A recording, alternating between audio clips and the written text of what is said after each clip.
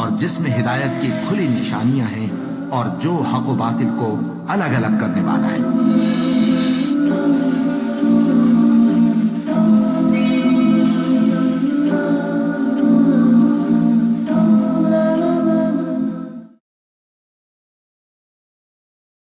الحمدللہ کفا وسلام علی عبادہ الذین اصطفیٰ اما بعد۔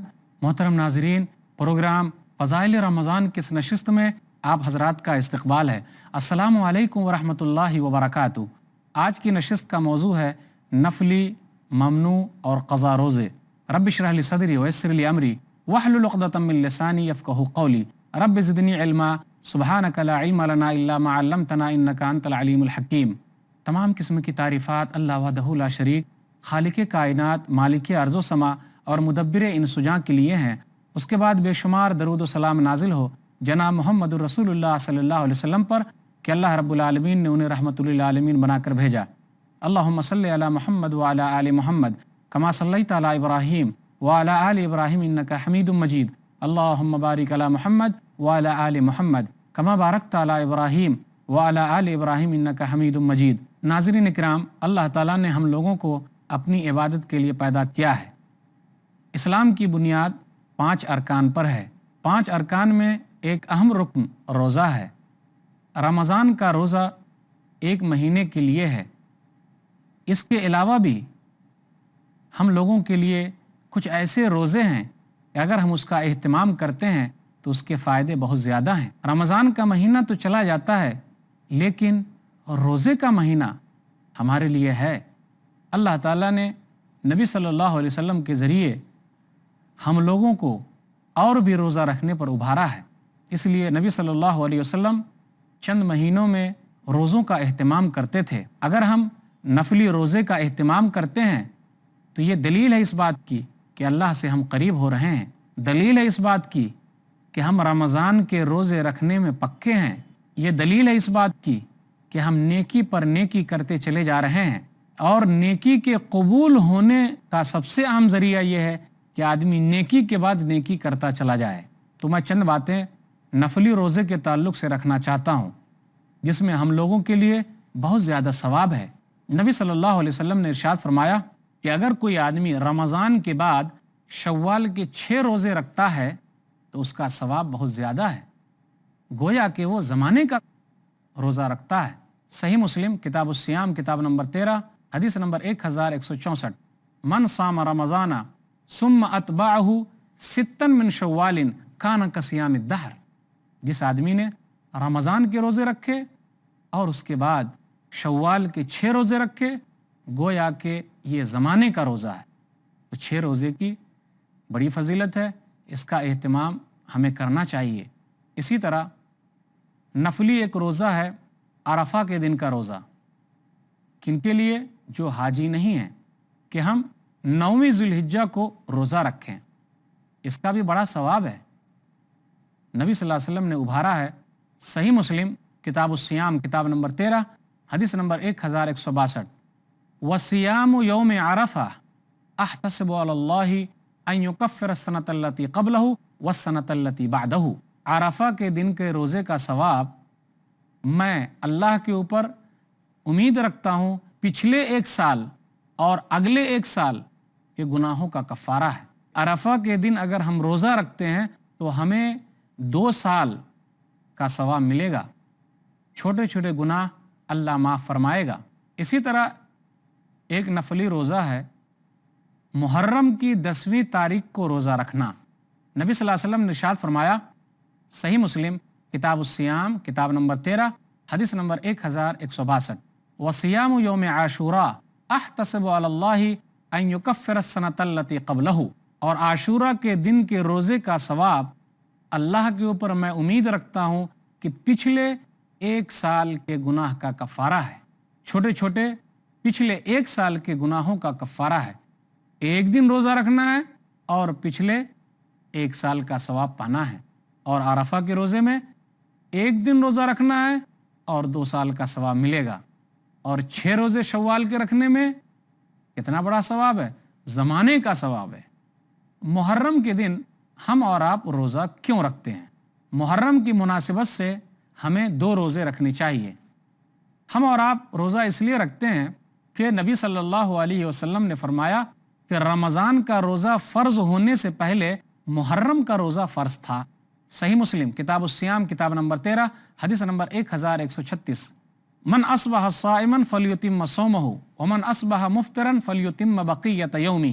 ربیع بنت معوذ رضی اللہ تعالیٰ عنہ کہتی ہیں کہ رسول اللہ صلی اللہ علیہ وسلم نے 10ویں محرم کو مدینہ کے ارد گرد گاؤں میں لوگوں کو بھیجا کہ وہ یہ کہے اگر کوئی آدمی اس تاریخ کو روزے سے ہے وہ روزہ رکھے، اور اگر اس تاریخ کو روزے سے نہیں ہے وہ ویسے ہی بھوکا رہے۔ پتہ چلا کہ عاشورہ محرم کی 10ویں تاریخ کا روزہ رمضان کے روزہ فرض ہونے سے پہلے فرض تھا، اور نبی صلی اللہ علیہ وسلم صحابہ کو ابھارا کرتے تھے۔ مناسبت ہے ایک، وہ یہ کہ نبی صلی اللہ علیہ وسلم جب مدینہ آئے تو دیکھا کہ یہودی لوگ 10ویں محرم کو روزہ رکھے ہوئے ہیں، تو نبی صلی اللہ علیہ وسلم نے ان سے پوچھا۔ صحیح بخاری کتاب الصوم کتاب نمبر 30 باب نمبر 69 باب الصوم یوم عاشوراء حدیث نمبر 2004۔ نبی نے کہا، عبداللہ بن عباس رضی اللہ تعالیٰ عنہ سے روایت ہے کہ نبی صلی اللہ علیہ وسلم مدینہ آئے تو یہودیوں کو روزہ رکھے ہوئے دیکھا تو آپ نے کہا ما ھذا، یہ دن کیا ہے؟ تو یہودیوں نے کہا ھذا یوم صالح، یہ بڑا عظیم دن ہے، یہ وہی دن ہے کہ اللہ تعالیٰ نے بنو اسرائیل کو فرعون سے نجات دی تھی، اور فرعون کو اللہ تعالیٰ نے غرق کر دیا تھا۔ فصامہ موسیٰ، تو موسیٰ علیہ السلام نے روزہ رکھا، تو نبی صلی اللہ علیہ وسلم نے کہا انا احق بموسیٰ منکم، میں تمہارے مقابلے میں موسیٰ کا زیادہ حقدار ہوں۔ فصامہ، تو نبی صلی اللہ علیہ وسلم نے روزہ رکھا اور لوگوں کو بھی روزہ رکھنے کا حکم دیا۔ لیکن جب نبی صلی اللہ علیہ وسلم سے کہا گیا کہ یہودی لوگ اور نصرانی لوگ اس دن کو تعظیم کے طور پر مناتے ہیں، وہ لوگ اس دن کی عزت کرتے ہیں، عید کے طور پر مناتے ہیں، تو نبی صلی اللہ علیہ وسلم نے کہا کہ آئندہ سال اگر میں زندہ رہا تو 9ویں تاریخ کو بھی روزہ رکھوں گا۔ ایک حدیث ہے صحیح مسلم کتاب الصیام کتاب نمبر 13 حدیث نمبر 1134۔ یا رسول اللہ انہ یوم تعظمہ الیہود والنصارى، اللہ کے رسول یہ وہ دن ہے کہ یہودی اور نصرانی اس دن کی تعظیم کرتے ہیں، بڑی عزت کرتے ہیں۔ تو رسول اللہ صلی اللہ علیہ وسلم نے ارشاد فرمایا فَإِذَا كَانَ الْعَامُ الْمُقْبِلُ إِنْ شَاءَ اللَّهُ صُمْنَا الْيَوْمَ التَّاسِعَ، آئندہ سال اگر ہوگا تو 9ویں تاریخ کو بھی روزہ رکھیں گے۔ راوی کہتے ہیں کہ جب آئندہ سال آیا توفی رسول اللہ، تو رسول اللہ صلی اللہ علیہ وسلم وفات پا گئے، زندہ نہیں تھے۔ حدیث کا نمبر یہی ہے لیکن جملے الگ ہیں۔ لَإِن بَقِيتُ إِلَىٰ قَابِلٍ لَأَصُومَنَّ التَّاسِعَ، اگر میں آئندہ سال تک باقی رہا تو 9ویں تاریخ کو بھی روزہ رکھوں گا۔ تو پتہ چلا لوگوں کو محرم کی مناسبت سے 9ویں اور 10ویں تاریخ کو روزہ رکھنا چاہیے۔ کچھ علماء کی رائے یہ ہے کہ 9، 10، 11 تینوں روزے کا اہتمام کر لے تو زیادہ اہم ہے۔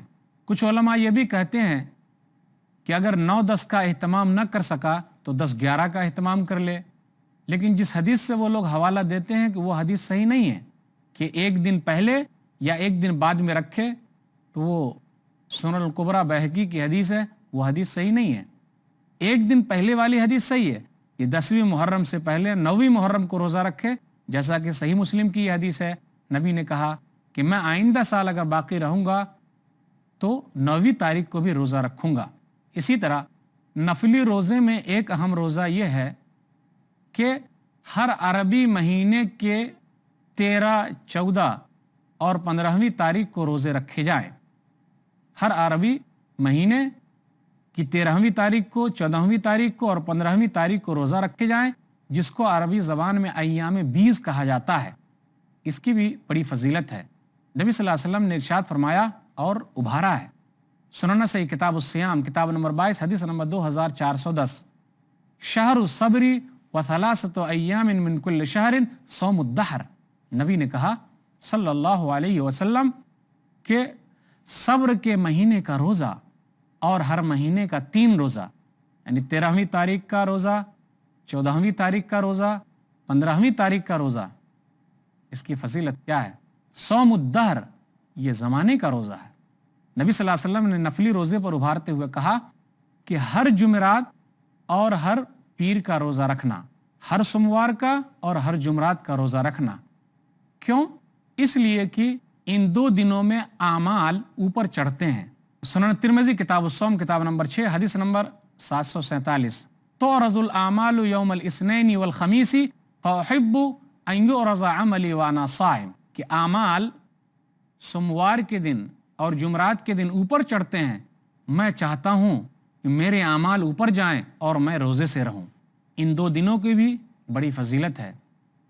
سوموار کے دن روزہ رکھنا چاہیے۔ اگر کوئی آدمی رکھتا ہے تو اللہ کے یہاں جب اس کے اعمال چڑھتے ہیں تو وہ روزے دار لکھا جاتا ہے۔ کوئی آدمی جمعرات کے دن روزہ رکھتا ہے تو اللہ کے دربار میں جب اس کے اعمال چڑھتے ہیں تو وہ روزہ دار لکھا جاتا ہے۔ اگر وہ روزہ رکھتا ہے تو اس کا فائدہ ہے۔ اسی طرح نفلی روزے میں ہے کہ شعبان کے مہینے میں زیادہ سے زیادہ روزہ رکھنا۔ بہت سارے لوگ صرف 15ویں شعبان کا روزہ رکھتے ہیں۔ انہیں سوچنا چاہیے کہ نبی صلی اللہ علیہ وسلم شعبان کے مہینے میں زیادہ سے زیادہ روزہ رکھتے تھے۔ ماں عائشہ رضی اللہ تعالیٰ عنہ کہتی ہیں، صحیح بخاری کتاب الصوم کتاب نمبر 30، وَمَا رَأَيْتُهُ أَكْثَرَ صِيَامًا مِنْهُ فِي شعبان، کہ میں نے نبی صلی اللہ علیہ وسلم کو شعبان کے مہینے میں زیادہ روزہ رکھتے ہوئے دیکھا ہے۔ 15ویں شعبان کے بعد آدمی روزہ نہ رکھے، اس لیے کہ روزہ رکھنا مکروہ ہے۔ کیوں؟ اس کی طاقت جو ہے وہ کم ہو جائے گی، تو پھر رمضان کے روزے جو فرض ہیں وہ کیسے رکھ سکے گا؟ اس لیے نبی صلی اللہ علیہ وسلم نے 15ویں شعبان کے بعد روزہ رکھنے سے منع کیا ہے۔ محترم ناظرین، موضوع نفلی، ممنوع اور قضا روزے، اس پر گفتگو کا سلسلہ چلتا رہے گا۔ انشاءاللہ پھر ملیں گے چھوٹے سے وقفے کے بعد۔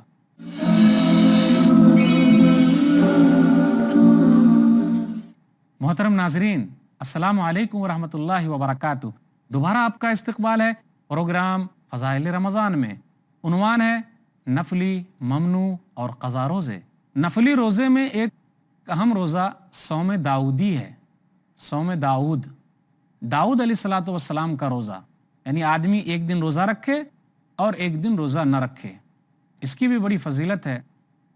نبی صلی اللہ علیہ وسلم نے ارشاد فرمایا، صحیح مسلم کتاب الصیام کتاب نمبر 13 حدیث نمبر 1159، احب الصیام الی اللہ صیام داؤد کان یصوم نصف الدہر، کہ اللہ کے نزدیک بہترین روزہ داؤد علیہ السلام کا روزہ ہے، وہ آدھے زمانے تک روزہ رکھتے تھے۔ اسی طرح ایک نفلی روزہ ہے۔ بہت سارے لوگ ایسے ہیں جن کی شادی کا اہتمام نہیں ہو پا رہا ہے، کہیں مسائل حل نہیں ہو رہے ہیں، چاہے وہ مرد ہو یا عورت۔ اللہ نے ان کے اندر طاقت بھی رکھی ہے، خواہش بھی رکھی ہے، لیکن انتظامات کہیں نہیں ہو رہے ہیں۔ تو ایسے لوگوں کو چاہیے کہ اپنی خواہش پر کنٹرول کرنے کے لیے روزے رکھے۔ نبی صلی اللہ علیہ وسلم نے ارشاد فرمایا، صحیح بخاری کتاب النکاح کتاب نمبر 67 حدیث نمبر 5066، عبداللہ بن مسعود رضی اللہ تعالیٰ عنہ کہتے ہیں، کننا مع النبی صلی اللہ علیہ وسلم شبابا لا نجد شیئا، کہ ہم لوگ چند نوجوان نبی صلی اللہ علیہ وسلم کے پاس تھے اور ہمارے پاس کچھ بھی نہیں تھا۔ تو رسول اللہ صلی اللہ علیہ وسلم نے ارشاد فرمایا، یا معاشر الشباب من استطاع الباءۃ فلیتزوج فإنہ اغض للبصر واحسن للفرج، اے نوجوانوں کی جماعت، شادی کرو، نگاہ کی حفاظت ہوگی اور شرمگاہوں کی حفاظت ہوگی۔ فإن لم يستطع فعليه بالصوم فإنه له وجاء، اور اگر نکاح کی طاقت نہیں رکھتے تو ضروری ہے ان پر کہ وہ روزہ رکھے۔ روزہ رکھنے سے اس کی خواہش پر کنٹرول ہو جائے گا۔ چند باتیں میں نے بتائی نفلی روزے کے تعلق سے۔ پہلے میں نے یہ کہا کہ شوال کے 6 روزے کی بڑی اہمیت ہے، گویا کہ زمانے کا روزہ ہے۔ پھر میں نے کہا عرفہ کے روزے کی بڑی اہمیت ہے، 2 سال کے گناہ معاف ہو جاتے ہیں۔ پھر میں نے کہا عاشورہ کے روزے کی بڑی اہمیت ہے، پچھلے 1 سال کے گناہ معاف ہو جاتے ہیں۔ پھر میں نے کہا ایام 20 کے روزے کی بڑی اہمیت ہے، گویا کہ یہ زمانے کا روزہ ہے۔ پھر میں نے کہا سوموار اور جمعرات کے روزے کی بڑی اہمیت ہے، اس دن اعمال اوپر چڑھتے ہیں۔ پھر میں نے آپ کے سامنے یہ بات رکھی کہ نبی صلی اللہ علیہ وسلم شعبان کے مہینے میں زیادہ روزہ رکھتے تھے۔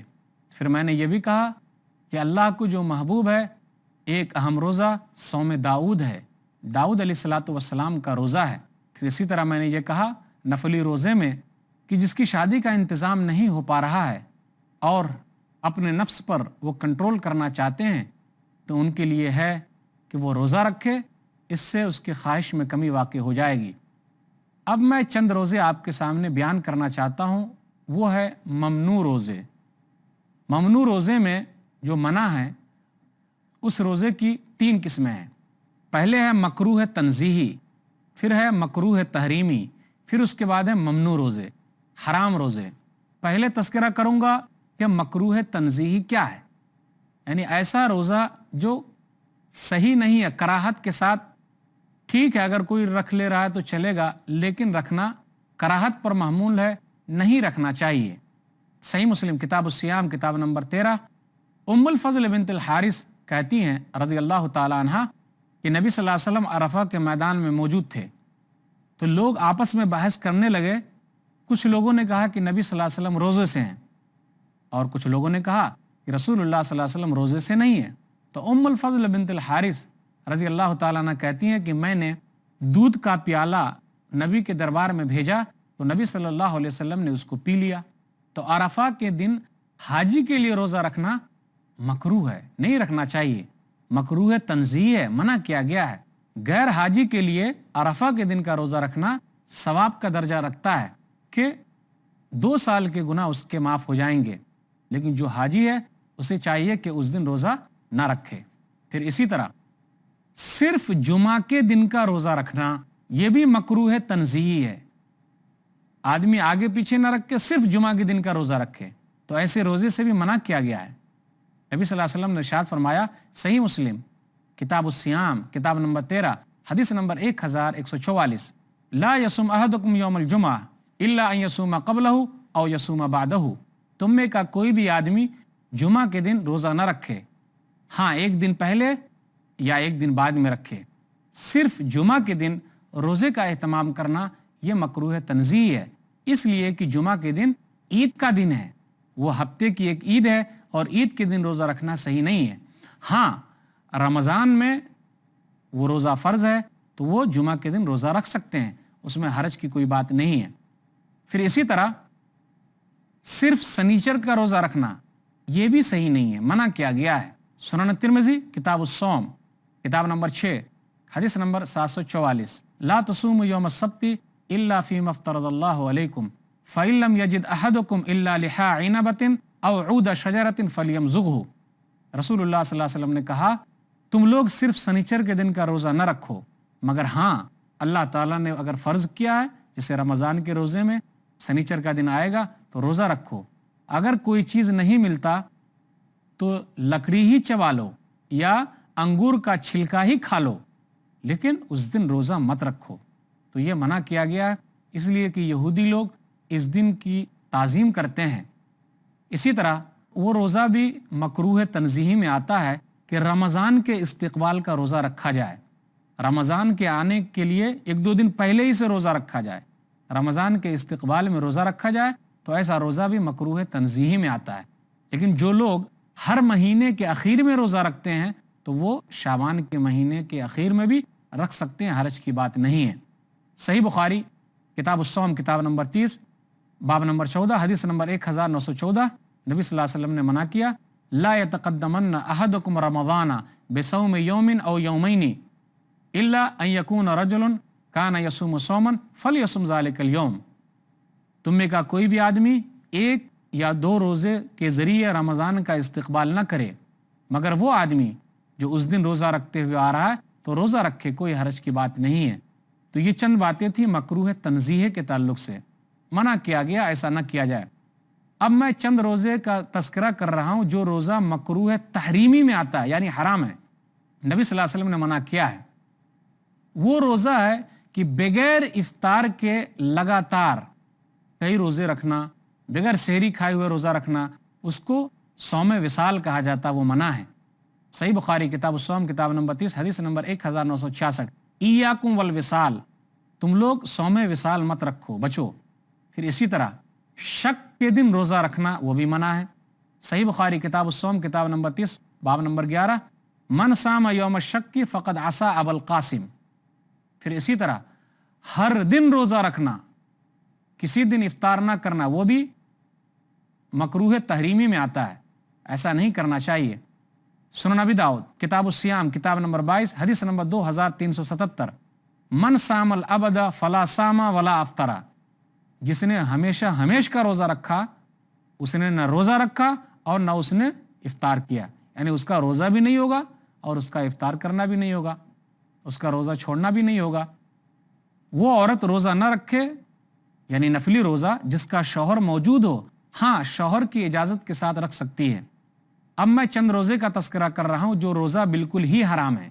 صحیح مسلم کتاب الصیام کتاب نمبر 13 حدیث نمبر 1140، ماں عائشہ رضی اللہ تعالیٰ عنہ کہتی ہیں نہا رسول اللہ صلی اللہ علیہ وسلم کہ رسول اللہ صلی اللہ علیہ وسلم نے منع کیا ان صومین، 2 روزے سے، ایک عید کے دن کا روزہ اور ایک بقرعید کے دن کا روزہ۔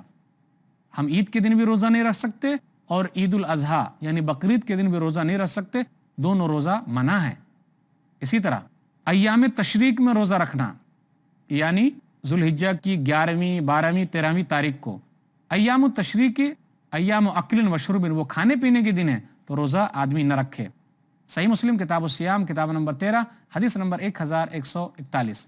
اسی طرح عورت حیض سے ہو پھر بھی وہ روزہ رکھے ہوئے ہے، بہت ساری عورتیں رکھتی ہے، یا نفاس کی حالت میں پھر بھی روزہ رکھے ہوئے، تو ایسا روزہ حرام ہے، روزہ نہیں ہوگا۔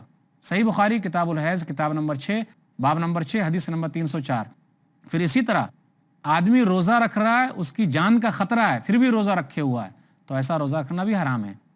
وَلَا تَقْتُلُوا أَنفُسَكُمْ إِنَّ اللَّهَ كَانَ بِكُمْ رَحِيمًا، سورہ نساء سورہ نمبر 4 آیت نمبر 29، کہ تم اپنے نفس کو قتل مت کرو، اللہ تمہارے ساتھ رحم کرنے والا ہے۔ جو روزے چھوٹ جائیں اسے جلدی پورے کر لیے جائیں، قضا روزے کا یہ حکم ہے۔ صحیح بخاری کتاب الصوم کتاب نمبر 30 باب نمبر 40 حدیث نمبر 1950، ماں عائشہ کہتی ہیں جو روزے ہمارے چھوٹ جاتے تھے، کانا یکون علی الصوم من رمضان فما استطیع ان اقضیہ الا فی شعبان، رمضان کے جو روزے چھوٹ جاتے تو ہم لوگ شعبان کے مہینے میں پورا کر لیتے تھے۔ پھر اسی طرح ہم پورے روزے کو لگاتار بھی رکھ سکتے ہیں، جو روزے چھوٹ گئے، یا چھوڑ کے بھی رکھ سکتے ہیں۔ صحیح بخاری کتاب الصوم کتاب نمبر 30 باب نمبر 40، لا باس ان یفرقا، عبداللہ بن عباس رضی اللہ تعالیٰ عنہ کہتے ہیں کوئی حرج کی بات نہیں کہ چھوٹے ہوئے روزے پورے ایک ساتھ رکھ لیے جائیں یا الگ الگ رکھے جائیں۔